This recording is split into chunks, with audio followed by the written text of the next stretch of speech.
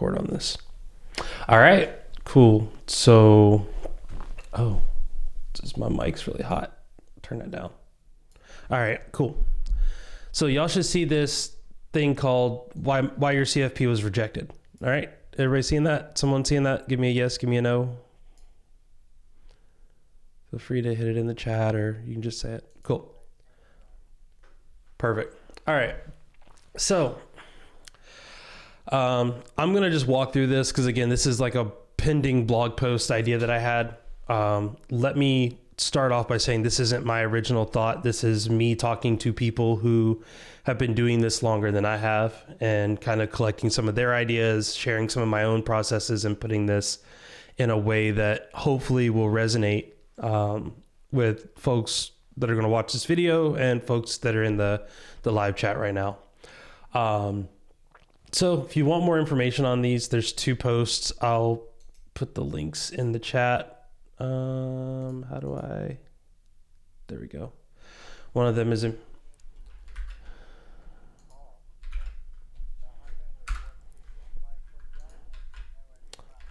Yes. 100% this. The second URL, I can't find the blog posts that they wrote for this from Glant, but I've had this conversation with Katie before. I know that they've had this information out. I just can't find it.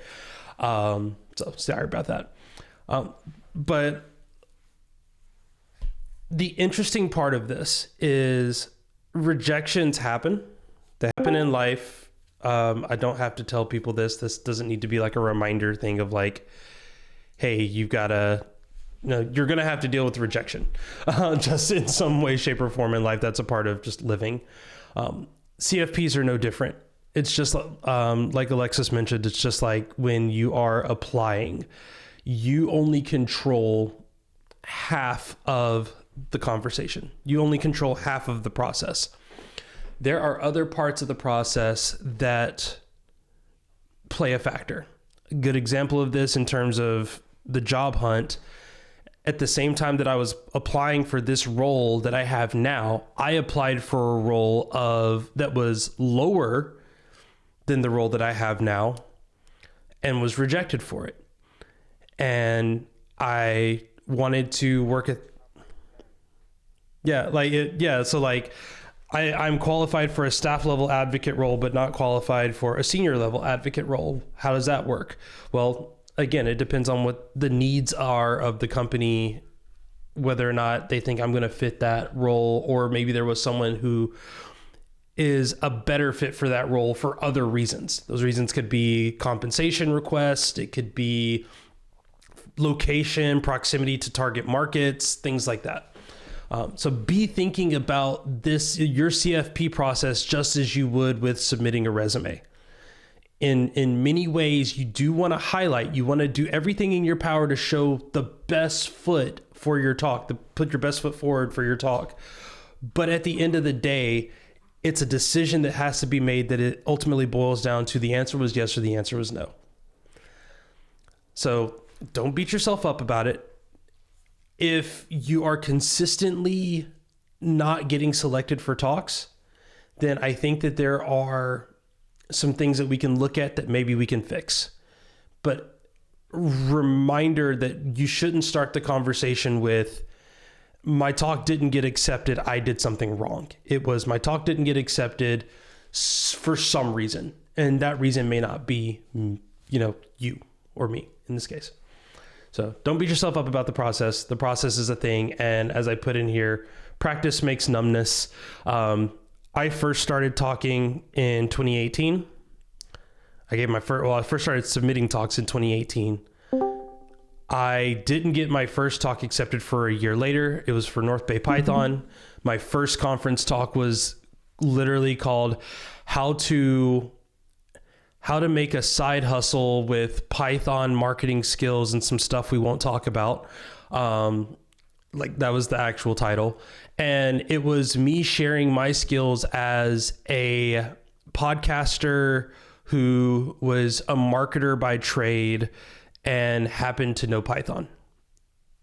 And that was the talk. And I submitted that talk to like 4 different conferences, and North Bay Python was the only one to accept it. And when I say I submitted the exact same talk, I copy and pasted the exact same talk and submitted, and it was only selected for that one conference. I didn't put the number of applications I submitted on this graph because I honestly don't know. What I will tell you is the number is higher than 5 every year. So I've never batted 1,000. 2022 was a very busy year for me. And what I will say is some of those talks I was asked to give. I didn't submit a CFP. So eventually your numbers will just start going up as you get better and better at doing this. That being said, the number of rejections that you'll deal with are equal. I mean, it's a thing. Like the more you submit, the more you'll get rejected. The more you submit and the more that you think about how you submit, the more likely that your odds will go up. So that being said, I haven't written this part, and this is the thing that's holding me back from publishing this as a post, is why you want to speak. This is a thing that I wanted to address because I think that a lot of folks are like, I really want to go to a conference, and the only way that I can afford to go to a conference is if I am speaking at it. And this is a reality. This is a reality for a lot of people. This was a reality for me during these years of 2018 to 2024. Most of these conferences I went to because I was working there and my employer paid for it, or I was speaking there and they were able to help compensate for my ticket. So, and I mean, even to this year, I'm being covered by my employer to go speak at PyCon US, even though, PyCon US is, I'm a keynote speaker there. So there's pieces of that. And I promise we're going to get into the actual workshop portion of this in a few minutes. But if you are wanting to speak because you want to attend the event, that's fine. I will say there are other ways to attend the event without being a speaker. And one of those is actually being an organizer or a volunteer. Usually there is a lot of priority that goes to those. That also controls where you speak. I am the type of person that I don't like very dry. I'm going to say boring, but I don't think they have to be boring. I'm not the type of person that likes giving super, super dry talks, very technical heavy talks, very like, we're going to get deep into the woods. We're going to look at code line by line. We're going to read log output and debug output and do like, that's just not the style of presenter that I am. For me, my style is I'm going to present you with either something that's going to challenge how you think about data or how you think about a topic.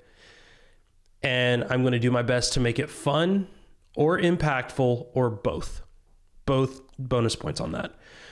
That's why my talks are, but what does the data show looking at police brutality in America using the Elastic Stack? Like, okay, very hard topic, visualizing it in a unique way. This isn't a talk that would get accepted at Microsoft Build or a KubeCon. It might be a talk that gets accepted at a regional conference. It might be a talk that gets accepted at PyTexas. In fact, a variation of this talk got accepted into PyTexas, and it was something searching based on geospatial information using Elasticsearch or something like that. And at the time I worked for Elastic, so it kind of made sense to tie it into there. And again, that was how I got there because my employer paid for it. So these were things where I was showing you could find like health clinics in your local area based on regional landmarks or just any piece of information using the Google Maps API, which eventually became like the Azure Maps API when I went to work at Microsoft. Another talk that I did was visualizing regional safety, from public data. And a lot of this, like, again, I started to typecast myself into getting into this style that people began to recognize me for. And this is where practice makes numbness of like, okay, if people know that I'm going to be giving a talk, and again, there's a question on whether they should, because it might be a double blind, but people will know that like, oh, that sounds like a talk that Jay would give. And I've had that happen before where someone said, hey, I want to see you speak. I'm pretty sure this is your talk. Is that true? And I'm like, yeah, that was my talk. And they're like, I can't vote because I know that this is your talk. And I was pretty sure that it was your talk. I was hoping that it got approved because I could tell it was your talk. And this is, this plays into that why you want to speak, because that's going to determine what type of talks you submit. So again, I just wanted to cover that really, really quick before we go into the actual like workshop portion of this. I am recording this for YouTube for the Black Python Devs channel because I think that this is a bit of piece of information.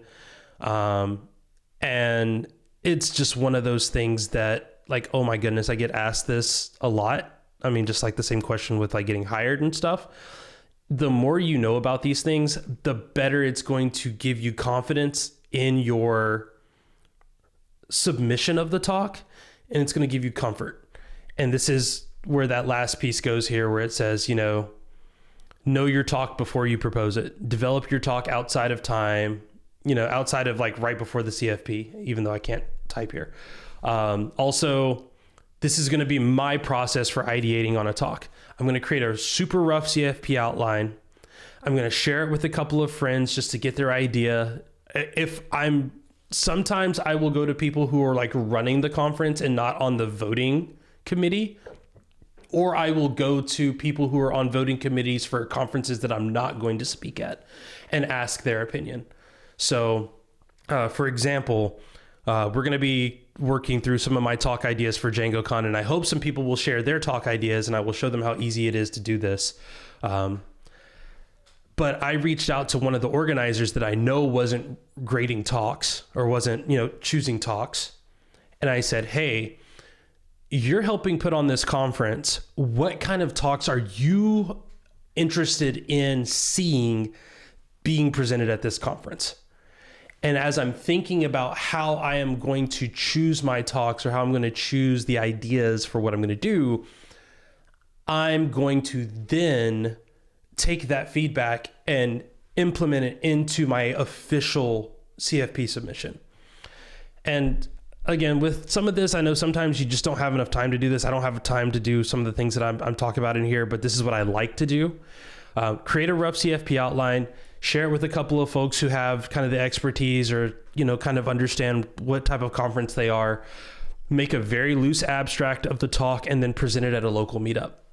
And that's going to be like super, super important. And that's why I keep emphasizing, if you want to work on your talk in Black Python Devs, you can just say, hey, I want to practice this talk. And the reason why that's important is that some talks sound really, really cool until you present them. And then you realize how challenging fitting your, really, really cool talk, if you had 45 minutes, into a 25-minute time frame. And it's better to figure that out at a meetup than to have your talk accepted and then now you're struggling to make everything fit the model that you're trying to go through. So if you can have an idea, create a very loose abstract, I promise you there are Python meetups that will let you present virtually. Again, we meet every single week, every single Friday. That means you have an opportunity every single Friday to practice a talk. And there are other meetups that do this where they meet once or twice a month. So you have plenty of opportunities to practice your talk at a local meetup. And if you can't find one, create one. Just be like, hey, I'm going to go on a live stream, or I'm going to record myself giving this talk to no one and practice it. Time yourself, see how long it took, and then share it with some friends and go, hey, what do you think of this? Even ignore all the video qualities or whatever aside. What do you think of this idea? What do you think of me presenting this? By the way, I tried to hit 10 minutes or I tried to hit 20 minutes, and just see that. And then once you have good feedback on that, or once you've ran through it once or twice, now you're ready to submit it for a CFP. And again, some of this, it'll be in parallel. So it's not it's not like step by step by step. Sometimes you're like, I got like 3 weeks before the deadline. I need to try to do all of these things. Can I squeeze this in really quick just to make sure and like make it work? And if you can't, then just be like, well, I'm going to submit the CFP. I'm going to chuck it from half court and hopefully I make it, and just kind of go from there. So that's kind of my tips on just this. This is the like why your talk was rejected. Here are some things that I would do maybe to think about fixing that. We're going to actually go through me ideating on a talk that I'm going to actually present that I'm hoping gets accepted so I can present it at DjangoCon US. And if it doesn't, I'll still be there, but it's fine. But that's going to end the actual video portion of this because I wanted to keep that part short. And also I'm going to be diving into the weeds on this, so it might get really messy really quick. So thanks for watching, like and subscribe, all that good stuff. And we'll talk to you later on that. Okay.